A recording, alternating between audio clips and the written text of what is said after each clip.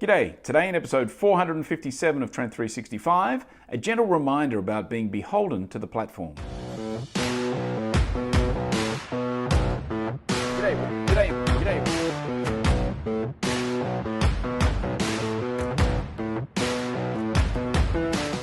Okay, so this is episode 457 of the show, and it might also be the end of episodes. Well, kind of. Because Apple have just announced a bunch of changes to their platform, which mean that you can no longer put the episode number as part of the title, which is something that I always do. The title of each episode starts with the episode number. Why do I do that? Well, frankly, when I started, it was best practice. That's what everybody was doing. I checked what the big guys were doing, and they all recommended doing it that way because that's what they were doing. And Apple, for their part, were kind of silent in what you should be doing. So there was really not much guideline about what you should be doing.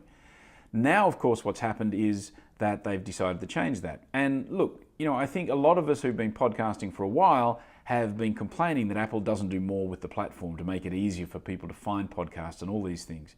Well, guess what? They've listened and now they're doing it. They're starting to take podcasting seriously, and that means for a lot of us, we're going to have to go back and change the titles and change a lot of the data in our shows.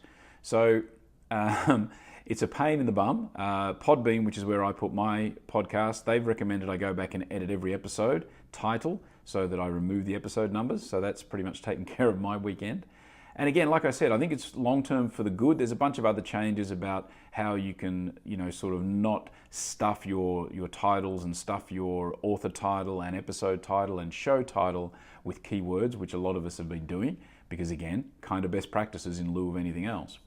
So like I said, I think it's long-term for the good. Short-term, there's going to be a bit of pain. I think the users ultimately will benefit from this, the people who are looking and searching for podcast information and content.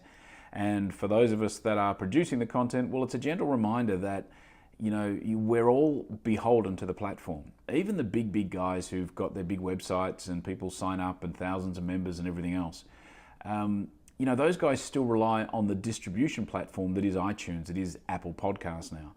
And so even in their case, they're going to have to play by Apple's rules because we are all ultimately beholden to the platform. Alrighty, that's it for today. Thanks for tuning in. I will be back again tomorrow. See ya.